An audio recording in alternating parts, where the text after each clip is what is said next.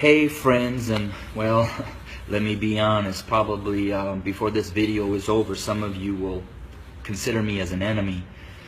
But I wanted to share a couple minutes about my thoughts, not only on the tragedies that we have been experiencing over these past months, and especially these last couple of days with the shootings of our black men, but what I'm coming to learn over my 23-year journey of being a white man, living and ministering amongst my black family here in several inner cities of Chicago. And I'm going to speak very black and white because, let's be honest, it's a black and white issue. I want to take you to the book of Exodus, chapter 1, and I wanted to share a little bit of what took place prior to the rise of Moses. When I read that, it talked about that the Pharaoh became concerned and very fearful that the Hebrew slaves were growing in number and in power. So in order to maintain their oppression, he put upon them great labor. He put upon the Hebrew slaves cruelty to keep them down. However, they still grew. And so he brought together some midwives, and he instructed them that when a Hebrew boy was born, kill him. Well, these midwives did not follow, and the Hebrew slaves continued to grow. Eventually, the Pharaoh became so hatred and towards those Hebrew slaves that he made a decree. He put out an order that male baby boy Hebrew slaves were to be killed by casting them into the Nile River. Let's look at America. We brought blacks into this country as slaves. We never intended them to be anything other than a slave. But they began to grow in number and in power, and eventually they fought their way to some freedom. So we became even more cruel.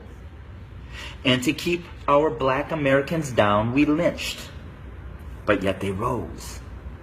So then we used the welfare system, the criminal justice system, to keep them down, to contain them, to destroy them. But yet they rose, and they're rising. Then we built prisons and jails to hold them. Yet they rose. And so now we are doing exactly what the Pharaoh did at the end, sending out a decree: kill them. So until we admit that when we wrote this Constitution that all men are created equal, that we never intended to include our black brothers and sisters, our nation may end up facing exactly what the Egyptians faced when they refused to let God's people go. So I'm going to say this to my white fellow Americans, that the bloodshed that is on its way is not on the hands of our fellow black Americans, but is on our hands. We are the ones that are refusing to let God's people go.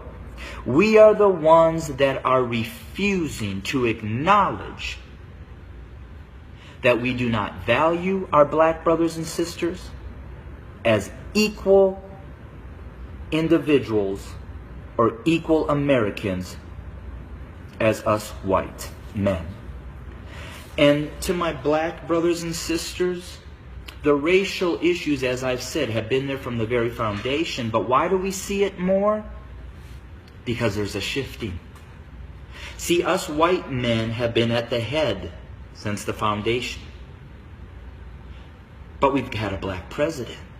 And you know, we've done everything in our power to keep him from really changing things.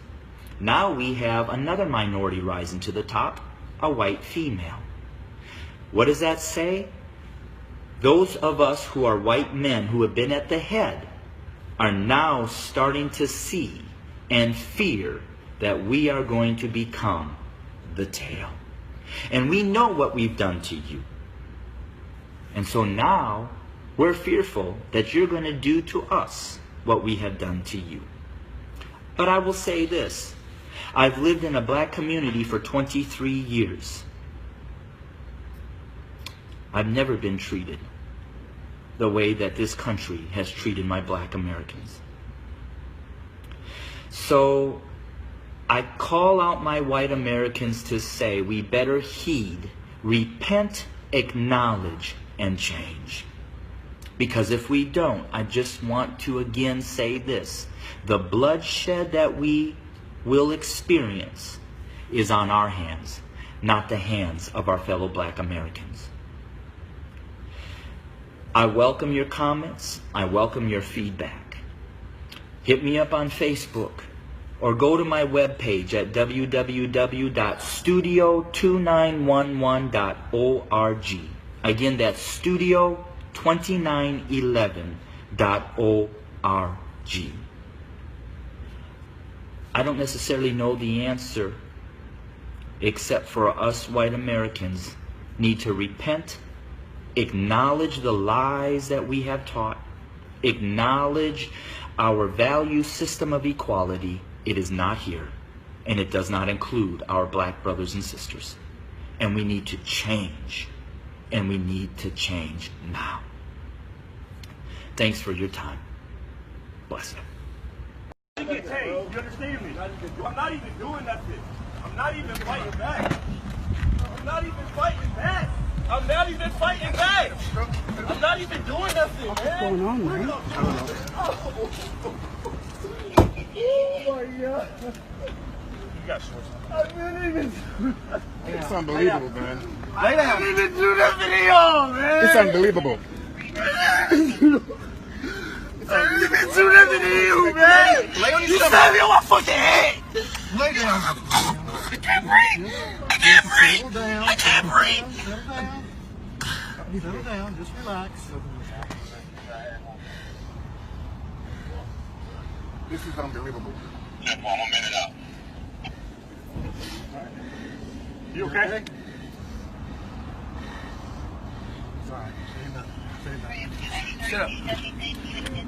Shut up. Shut up.